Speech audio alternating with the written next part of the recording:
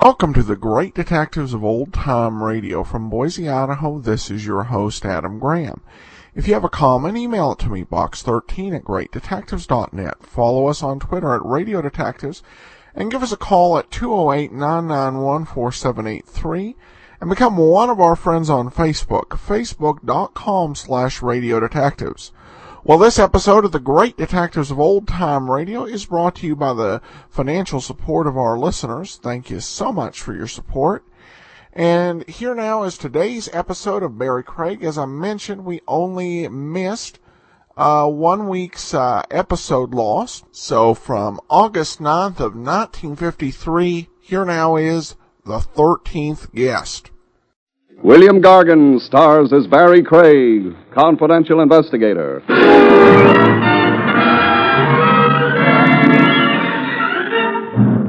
There's one chap around who never fails to electrify you.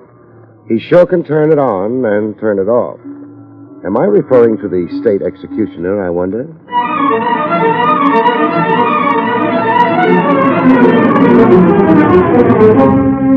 The National Broadcasting Company presents William Gargan in another transcribed drama of mystery and adventure with America's #1 detective, Barrie Craig, confidential investigator.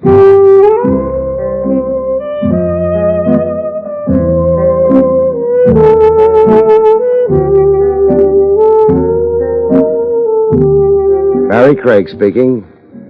A confidential cop enjoys a certain public popularity.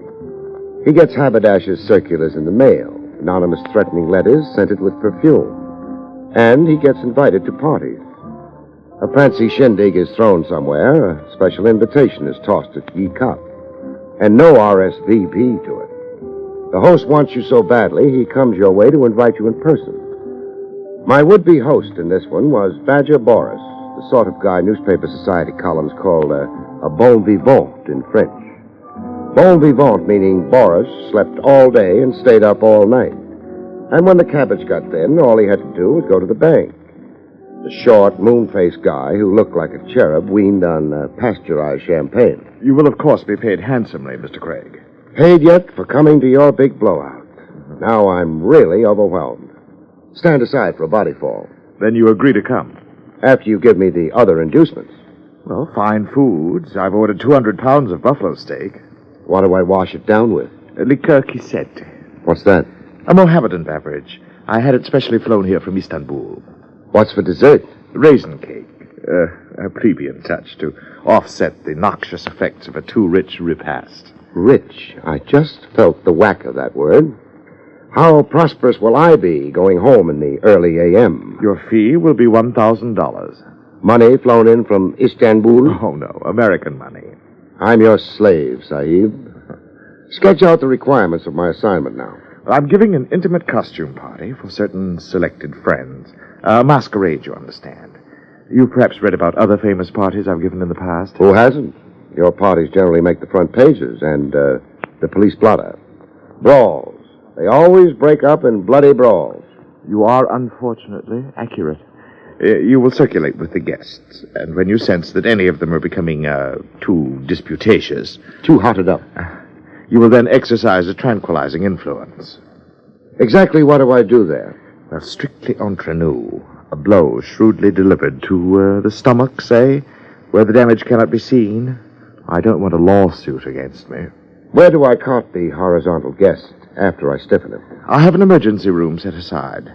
You'll find bandages, smelling salts, and restoratives in it. Well, that's my job. Bouncer with kid gloves. And a tuxedo. You must wear a tuxedo. And, of course, a mask. You are an honored guest, too. Oh, and one other small chore. Don't tell me. Dilettantes, you said. On my side of the street, we call them deadbeats and freeloaders. They live piling up IOUs. A party sideline with them sometimes is palming somebody's jewels or wallet. Yes. You will prevent any theft. I don't want that disgrace. Well, are we agreed? One item remains. I'll need $10 on account. On account of I've got to rent a tux.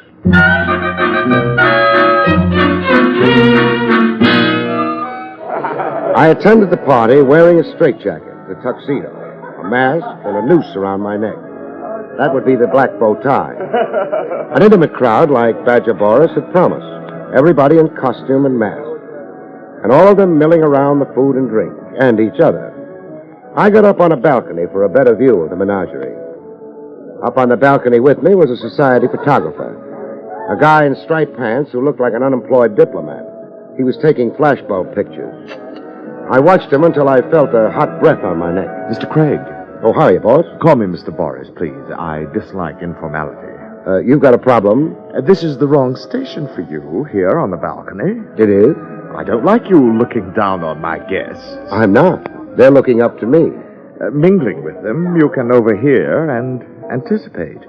Prevent any disorder by forestalling it. Okay, I'll get down off my perch. Besides, the ladies below resent the standoffish male. You must dance with them and flatter them. And be witty. Witty? Say, can you tell me a few fast jokes?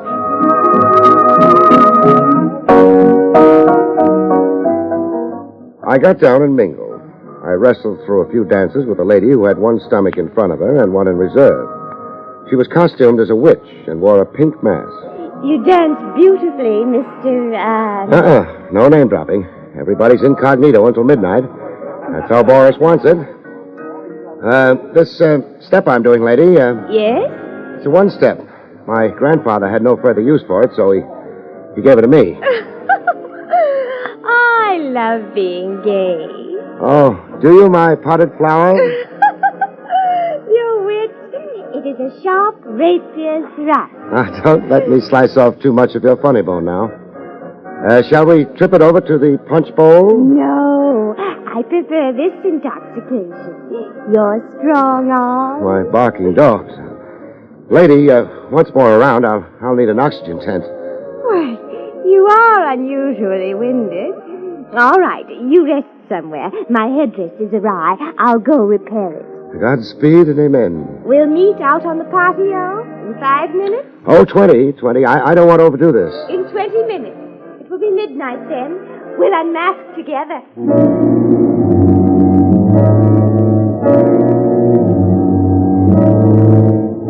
A rendezvous on the patio. Two alone under the moon. Me and an oversized dame dying to kick me around for kicks. Earning a living sure came hard. Midnight happened, like it usually does. I sneaked off to look for my witch on the patio. Patio was sleek flagstone with a floral display on it like a high-class funeral parlor. There was a moon that had a bloodshot look to it, as if it didn't sleep days.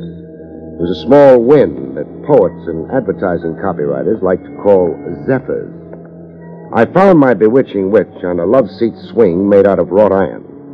She had her arms outstretched like a snake about to give you constrictions. The rest of her was in a sprawl. When I reached her, my worries ceased. She wasn't being amorous. She was asleep as if she'd passed out. 2 seconds later, I changed my diagnosis. She was in another condition altogether. She was defunct, dead. There was blood all over her costume, like she'd been stabbed over the heart by a knife or a dagger. But the weapon wasn't around. At least I couldn't see it. But then the way the situation stacked up, I had eyes only for the corpse. I conducted some postmortems with my client, Badger Boris. I checked over his guest list. 12 guests. Is that the net count, Boris? Yes, 12 excluding you, Mr. Craig. But then you weren't really a guest. Who was the murder victim? Cora Wilmer. Cora Wilmer. Let me see. I don't find her name on your guest list. How come? Cora Wilmer, the late Cora Wilmer, I mean, crashed the party. Symbolically enough, she was the 13th guest. Tell me about Cora. Gross, foolish, and very rich. A middle-aged matron, miserably in quest of the elixir of youth. Chop it up. Cora was 50. She affected the mannerisms of 20. That sounds like a young husband in the picture she was trying to keep up with. Astute of you. Yes, there was a younger husband. A bit player in theatricals whose dream is to play Hamlet, the melancholy Dane. Was he here tonight? You have the guest list. Yeah. Mark Wilmer. What costume was he wearing? I've already given you a clue. Hamlet, the melancholy Great Dane. How did Cora and Mark feel about each other, or don't you know? I would venture that they despised each other. May and December, Mr. Craig. The seasons are inimical and antithetical. You keep clobbering me with words. Call Mark Wilmer in here for a little questioning. I can't. He's gone home. I gave orders, nobody leaves. Mark Wilmer, or any of my guests, don't respond to orders, as you will discover. Cora crashed, you say, but Mark was an invited guest. Then who came coupled with Mark? Oh, the Queen of Sheba. Yeah, I saw the costume. A dish in harem silk with a ruby glued to her forehead. Who was she on this guest list? Rita Romaine. Heat wave? Yes, if you must express it so commonly. She was the poster girl for the Inter-Allied Fruit Pickers Convention last year. Boat manufacturers proclaimed her Miss Cabin Cruiser of 1953. And Mark nominated her to be Queen Empress of his heart, soul, and liver. You're trying awfully hard to supply me with a motive, Boris. Am I? And I thought I was being so ingeniously subtle.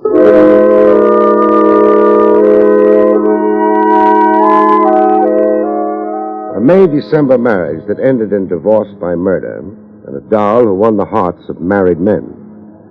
I hurried over to the Wilmer house. There was a wind nipping it up, the parlor floor lights were on brightly, and a piano was going. A late hour, kind of, for a piano.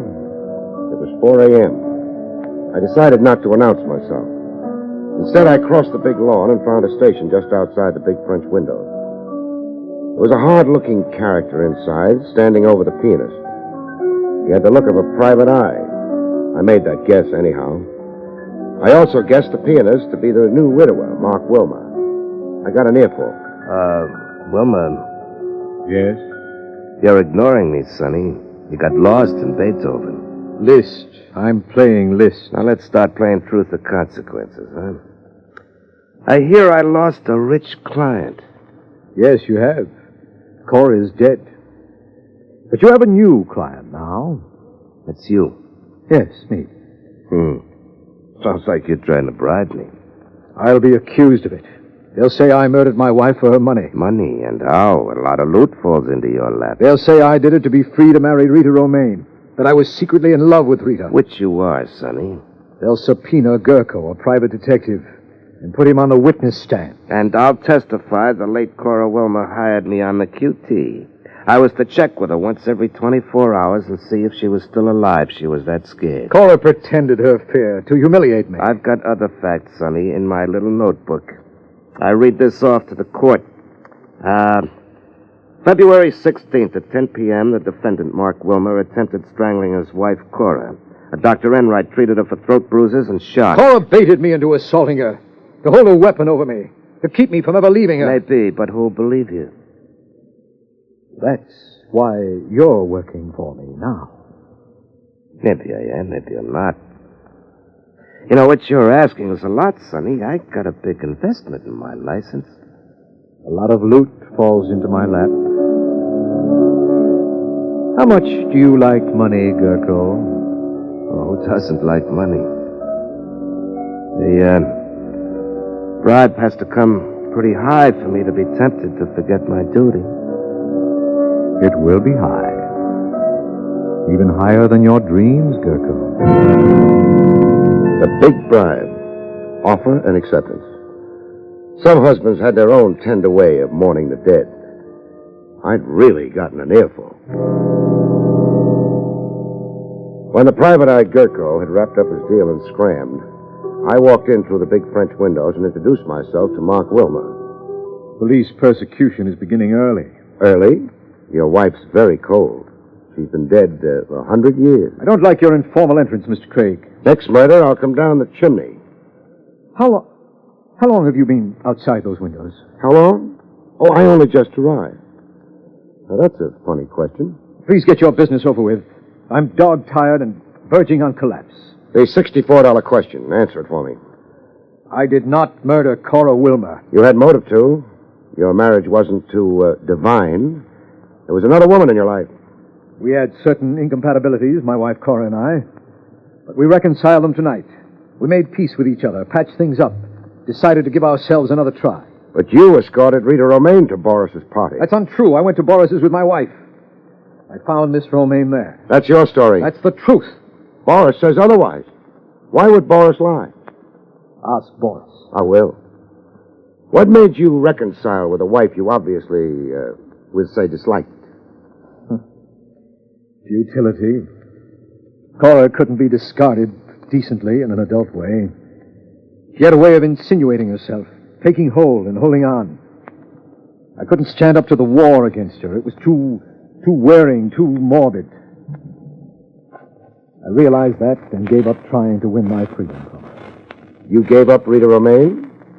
I gave up dreaming. But now with your wife conveniently dead? My personal situation isn't improved. It's worse. You mean jail? I mean jail. Not if you're innocent of murder. That won't matter. I'll deny it, but I'll be condemned. The outlook is very black. I married for money. That's a count against me. I had violent scenes with my wife. I loved another woman. That will hang me. Pretty fatalistic outlook. I'm a realist. Hard luck has dogged me since I can remember. I'm never on top of a life situation. I've lived my life without a laugh, without a light moment. I'll cry the day after tomorrow. You were Hamlet in costume at tonight's party. Yes, I was. If you like, here it is. The belt around the waist with the scabbard attached. What about it? The scabbard is empty. Where is the dagger that goes with it? Dagger? I didn't know that there was it. Was that how Cora was murdered? A dagger into the heart. Oh. I told you I'd deny it, but I'd be condemned anyhow. A missing dagger in my costume. It's typical of my luck. Then you won't try to explain it? I can't explain it, Mr. Craig. I can't explain it because I simply don't know.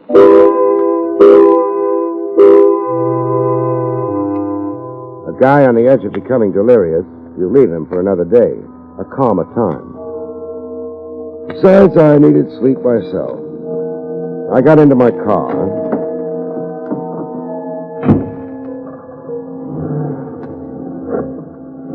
I just pulled away from the curb when I got notice that sleep was going to be a missing ingredient in my future. A try at murder number 2. Yours truly, the victim. I drove around the block and around again with my headlights out, watching for a car somewhere to come to light, start up and show the glow of its taillight. My car was the only way the rifleman could quit the area. The area was suburban, way off of the main hub. No taxis, no bus lines, and it was 4 a.m. Somebody had to try and escape by an automobile parked somewhere in the vicinity. All I had to do was cruise around and watch and hope. When I saw it, I saw the taillight first. A car starting up a half block away, pulling away from the curb. I raced over to it. I cut across its path, trapping it. A lady motorist took offense at what I'd done. Mister, you're in my way. That was the understatement of the century. I got out to go hunt for a rifle. Sorry to be so melodramatic, miss. Romaine, isn't it? Yes. How did you know my name? Search me. It was the first name that popped into my head. I want to look in the back of your car, beautiful. You have no right. Don't please overplay the indignation, doll. I'm a detective. I'm at work. Well, I don't find it. Find what? A rifle used on me a little while ago. Oh, this whole thing is absurd. Yes, isn't it? I'd apologize, only I found something even more exciting than a rifle. You found something? Right on the back seat, wedged into a cushion. A dagger, beautiful. More specifically, a blood-stained dagger.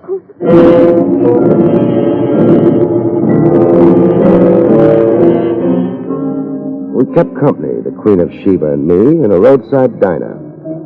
We split a gallon of black coffee down the middle while she poured out her sad tale. I tell you, I don't know how to explain that dagger, Mr. Craig. Mr. Craig? It's too early in the morning for stiff formality. Very. What were you doing parked down the street from the Wilmer place? I was going to see Mark.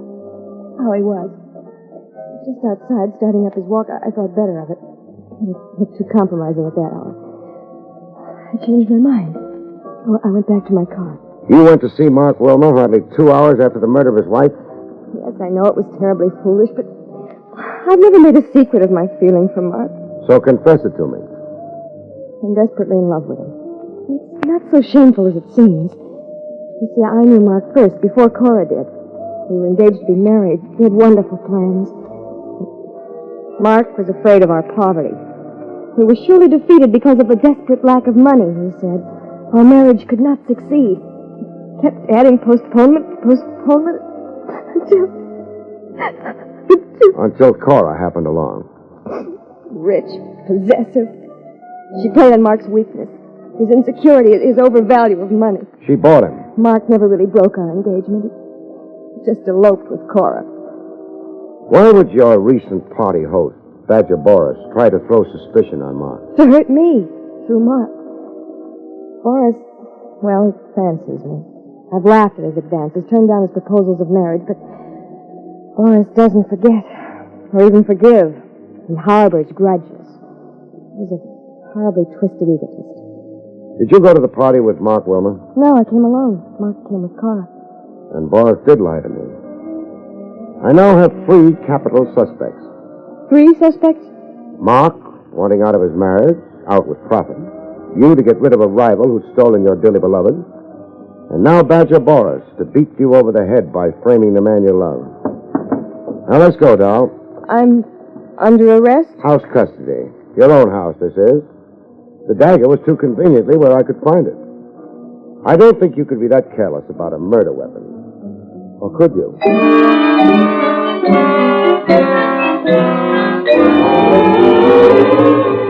While catching a snooze on my office chair, a visitor barged in.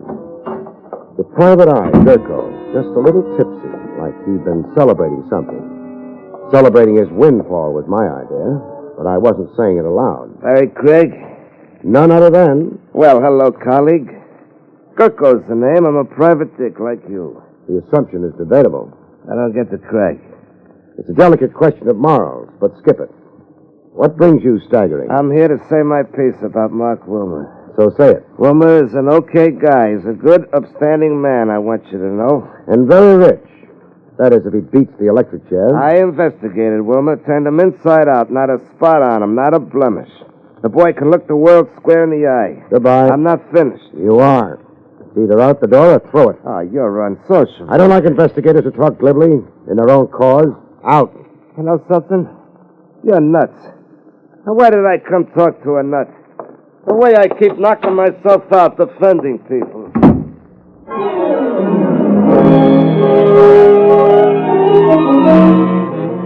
I got Boris on the phone.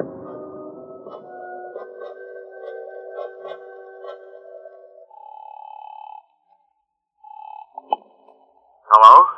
Boris, this is Barrie Craig speaking. Oh, you woke me up. It's noon. Time to rise and shine. What do you want? Those party photographs I saw being taken last night. I want them. Why? Well, a lot of reasons. One of them is, I want to see if Mark Wilmer wore a dagger and a scabbard on his costume. I'm afraid I must disappoint you. Meaning? I destroyed the pictures. Come again? The party was such a distressing bore, Mr. Craig. Hardly worth the sentimental memorial of pictures. I dislike preserving dismal memories, so I destroyed the pictures. Do you find me eccentric? Only phony. Phony as a $9 bill. Goodbye.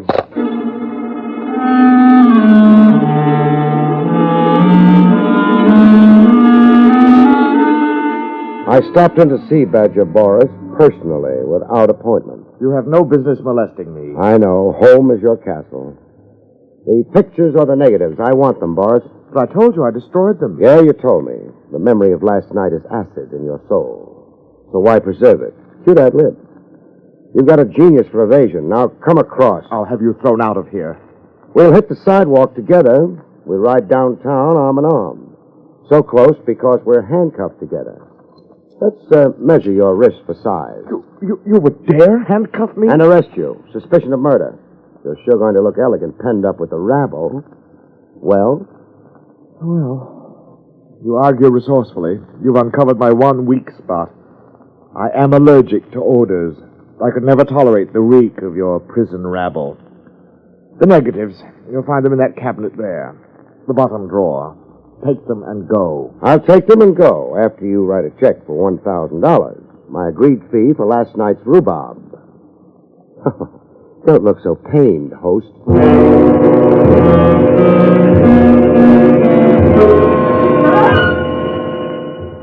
I had the negatives developed, 8 rolls of them.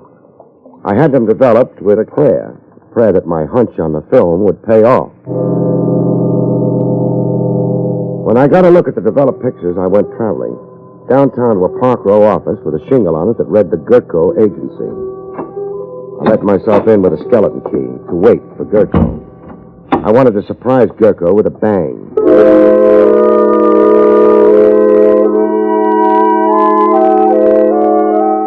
Gurko rolled in at the stroke of 3. I waited until his head showed. Then I came down on the target. Oh! When he came to enough to stare up at me groggily, we got down to cases. You slugged me, Craig. Why? Precaution to take the fight out of you. I checked into your background a bit. What you did before you became a blackmailing shamus. You were a champ boxer, runner-up for the light heavyweight title. I didn't relish coming to blows with you. I want my nose looking exactly like it looks. What's your play? An arrest. I'm arresting you for blackmail and murder. I said you were a nut. I developed rolls of film taken at Boris's costume party. Mark Wilmer never carried a dagger in the scabbard. I've got pictures covering the whole evening. No dagger ever in Mark Wilmer's costume. So what? Boris's guest list totaled 12, so Boris said. Boris was faking. It was actually 13 officially. He wanted me to think Cora Wilmer crashed the party, and that Mark Wilmer came with Rita. All over my head, Craig. Try getting up, I'll crack down on you. I've got pictures showing that there was even more than 13 guests. That's excluding me. On one picture, I count 14. 14 guests. The 14th was the murderer. Boris knew it, but he tried to cover it up. Not that he wanted to spare you, Gurko, but because he preferred seeing Mark Wilmer take the rap. He hoped to frame Mark. Your turn to talk. Craig, what kind of guy are you? Try me out. That's better. I didn't figure you to be an angel. I didn't see any wings. 50-50. We'll split a fortune. If I shut up about your murdering your own client, Cora Wilmer, so you could blackmail her widowed husband? Yeah, that was the play. Mark was a frightened pigeon. Forget Cora, Craig. Nobody cried when she died. It comes out fine for everybody.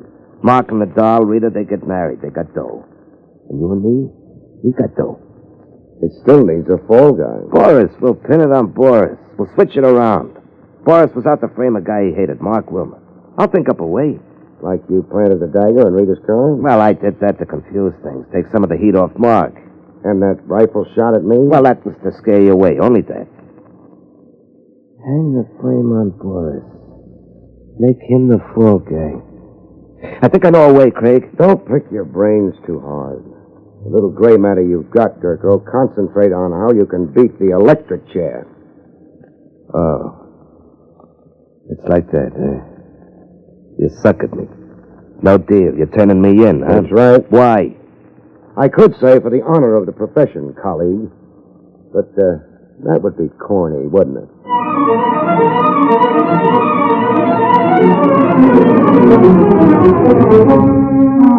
The National Broadcasting Company has brought you Barrie Craig, Confidential Investigator, starring William Gargan.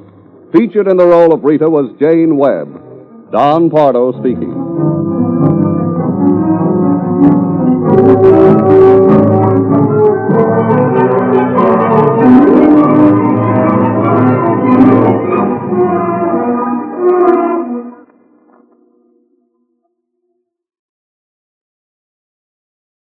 This is NBC, the National Broadcasting Company.